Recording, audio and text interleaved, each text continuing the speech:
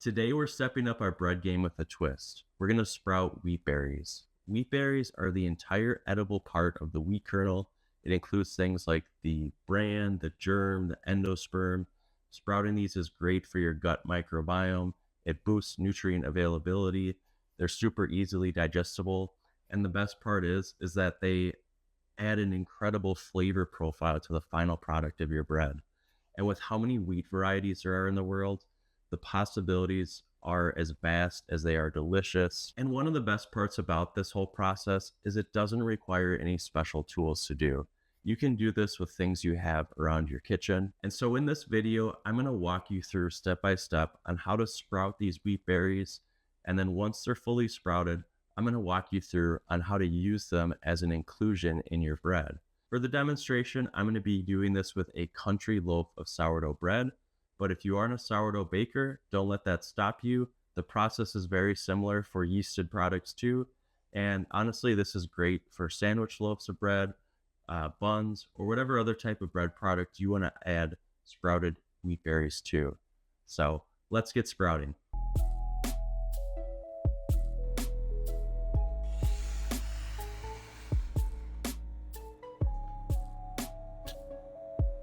All right, who's excited to sprout some wheat berries? I know I am. I actually really love this process. It's a lot of fun to watch these sprout over the next few days. And the flavor they add to bread is super unique depending upon what type of wheat berry you use. And it's just a really cool thing to be able to do and include in your bread. So the star of the show on day one is your wheat berry, of course. I'm using Sunrise Flour Mill Heritage soft white wheat berries. They're organic wheat berries, but this process will work for any kind of wheat berry you have. So whatever you decide to buy will work just great. And the cool thing is that different types of wheat berries from different types of wheat will add us different flavor profiles to your bread. So it's cool to experiment with different things. The next thing you're going to need is a container to soak your wheat berries in. I'm going to be using a mason jar. I have a lot of these on hand because this is what I use to keep my sourdough starter in at home. And I can easily just grab an extra one and keep the wheat berries in there for a few days. And then, of course, one thing that's really helpful is cheesecloth. And I got this at my local grocery store for like $1.50 for a huge package of it that I still have a lot of even after like a year of using this stuff. So that's very affordable to have. If you don't want to buy cheesecloth, you could even poke a hole in the top of your mason jar lid. That works too. And then I think on Amazon, there's like there's sprout lids that are specially designed for mason jars that have like holes on the top that you could use as well. So whatever you want to use would be just fine. You just want to make sure that the top of your jar is covered and there's room for air to escape. So the first thing we want to do is take about 1/4 of a cup. And for those of you that love the metric system like me, that's about 50 grams of wheat berries. Let's dump in about 50 grams or 1/4 of a cup of wheat berries in our mason jar. And then all we need to do is just simply pour our water over these. Try not to spill like I'm doing here, but there's no real specific amount that you need to keep in here. You just want them to be fully submerged because as they soak water, they're going to get bigger and you want them to stay in the water as they're soaking during this initial stage. I'm going to take this little lid off my mason jar. I'm going to put the cheesecloth over my mason jar and screw this on. And now all I need to do is wait. So I'm going to wait 24 hours for the next step. So just set this aside and let it sit somewhere room temp for 24 hours and let these wheat berries soak up some liquid. Welcome back for day 2. At this point, the wheat berries have been soaking for about 24 hours. And as you can see, they have rehydrated and swelled up quite a bit.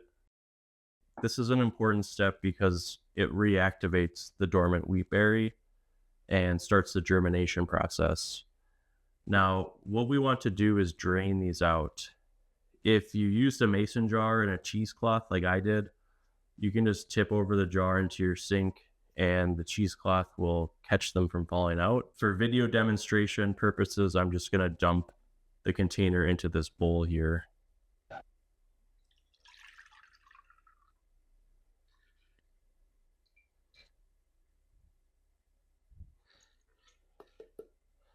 Now, with this few wheat berries, it likely would be okay to leave them in a mason jar after they've been drained. But just to be safe, I personally recommend to put them in a container that you can spread them out a little bit so that the bottom layer doesn't get waterlogged and possibly produce mold just because of the lack of circulation. So now that these are drained, I'm going to spread them out in this container.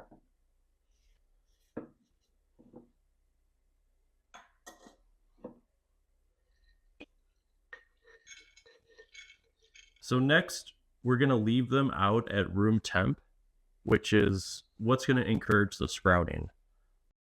The key step going forward, though, is that every 8 to 12 hours, we're going to soak these in cold water for 5 minutes and then drain them again. And this is going to help maintain the moisture without waterlogging the berries and keeps them from drying out. All right, so it's been about 8 to 12 hours, approximately 10 hours to be exact.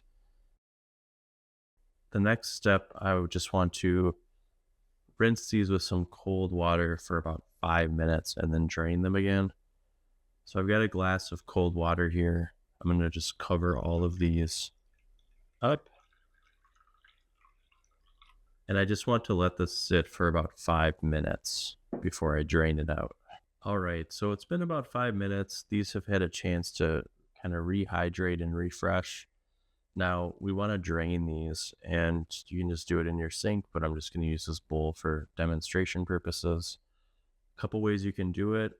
If you have like a strainer, you can put the strainer over your sink and dump the bowl of wheat berries into the strainer. Otherwise, you could also, use your cheesecloth and kind of just wrap that around the corner of whatever you're holding these in and pour that over into the sink. And the cheesecloth, since you're holding it on both sides, will keep them inside that container. I'm going to continue this process of refreshing them with cool water every 8 to 12 hours and then draining them. And I'll check back with you once we start to see some progress. Our wheat berries have finally finished sprouting, and to kind of give you a reference of how that went over the last couple of days, I have some slides on the screen here that show how much those changed over the course of a few days. And the last time I checked in with you, we were doing a rinse for 5 minutes in cool water and then draining it. And I ended up ultimately doing that 5 times. So I started the soak for 24 hours on Saturday, and it's Wednesday morning now, and these are ready to use. Now, you don't have to use them right away. Once they're ready, you can wait 2 or 3 days. You'll just want to keep them in your fridge, and they should have tails on them when they're ready that are about 1/4 of an inch long. You can let them go a little longer if you want. You can, soak them one more time. For me, 5 times is usually the sweet spot. So what I'm going to do next is use these as an inclusion in some sourdough bread. I'm going to walk you through that. Now, if you don't make sourdough bread, maybe you make yeasted bread, or maybe you're making sandwich bread or rolls. Either way, this would be a great inclusion for any of those types of breads. It will add some nutritional value and a nice flavor component to your final product. But I'm going to show you how you would do that, because ultimately it's pretty similar for all those different types of breads as far as when you would want to add them in. So let me walk you through that. All right, so what are you looking at here? This is a mixed loaf of sourdough bread. This is just one loaf. It's 600 grams of flour, 450 grams of water, 120 grams of sourdough starter, and 12 grams of salt. These are the sprouted wheat berries here, and this is a little jar of water. I like to dip my fingers in the water when I'm working with dough.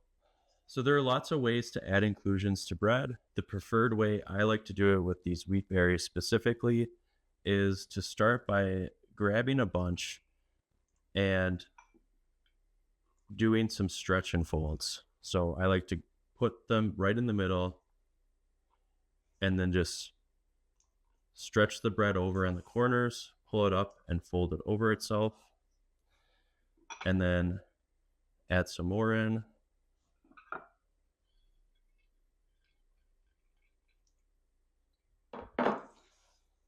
And stretch those in, pull it over itself.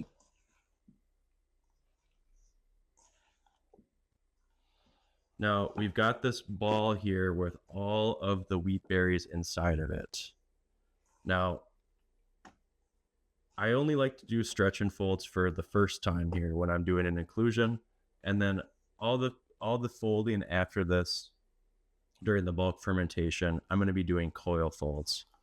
And what I found over the years of doing this is that really helps evenly distribute out the wheat berries throughout the dough, is doing that coil fold. So that's just my preferred way of adding inclusions for these wheat berries. Is I'm more of a adding them during the stretch and fold or coil fold stage. I find a lot of comfort in being able to just kind of throw them in there like I did, fold the dough over itself, and then throughout the fermentation process, do those coil folds where I can see the wheat berries evenly distributing throughout the dough. Another great method is lamination, which you may have heard of. That's where you take the dough out of the bowl once it's had time to develop some gluten strength and stretch it into a thin layer over your workstation, and then add the inclusion components in when it's all stretched out, and then fold that in on itself. I think that would work great too. And honestly, that might be a good approach if you're making sandwich bread. I typically will stretch out my sandwich bread dough before I shape it for the loaf pan. And if you're someone that is unfamiliar with some of the terminology I use there, I do have an obnoxiously detailed YouTube video on how to make sourdough bread start to finish on my YouTube channel that you can check out. And since this is more of a demo on how to sprout wheat berries, I won't go through the whole bread making process with you.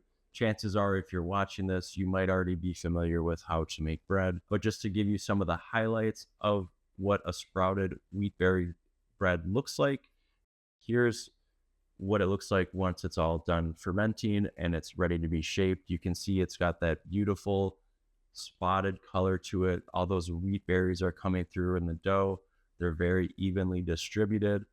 It's important to shape your bread before you put it in a Banneton. That way you get nice surface tension for when it comes time to bake. And then with these, I typically will let them proof in my fridge overnight. That's more of a convenience thing for me and baking on my schedule. And you can see here that this is what it looks like right before it's baked. Would it really be a wheat berry loaf of bread if I didn't make some wheat stalks on it with my Wire Monkey Goose bread lamb? I don't think so. So I'm making some wheat stalks here with a little functional score. And then once I bake that, you can see how beautiful the color is on this. This is a mix of bread flour and whole wheat flour. And looking at the exterior of this, you can see that the wheat berries are kind of coming through on the outside in little spots, which gives it a nice aesthetic. And then looking at the inside and the crumb, you can see that they're very evenly distributed and really makes for a nice flavor in almost every bite. So if you enjoyed this video, please give me a thumbs up or subscribe. It would really help me out. And I'd love to know how this went for you if you decide to give this a go. One of my favorite things about sprouting wheat berries and using them as bread inclusions is just how many different wheat berries there are. And they all have a very unique flavor. This one in particular adds a really nice nutty and earthy flavor to the bread, which I like, but there are also other ones that add a different variety of flavors to your bread. So that can be a really fun thing to test out, is just all sorts of different types of wheat and their wheat berries. Hope you enjoyed this video. Happy baking, everyone.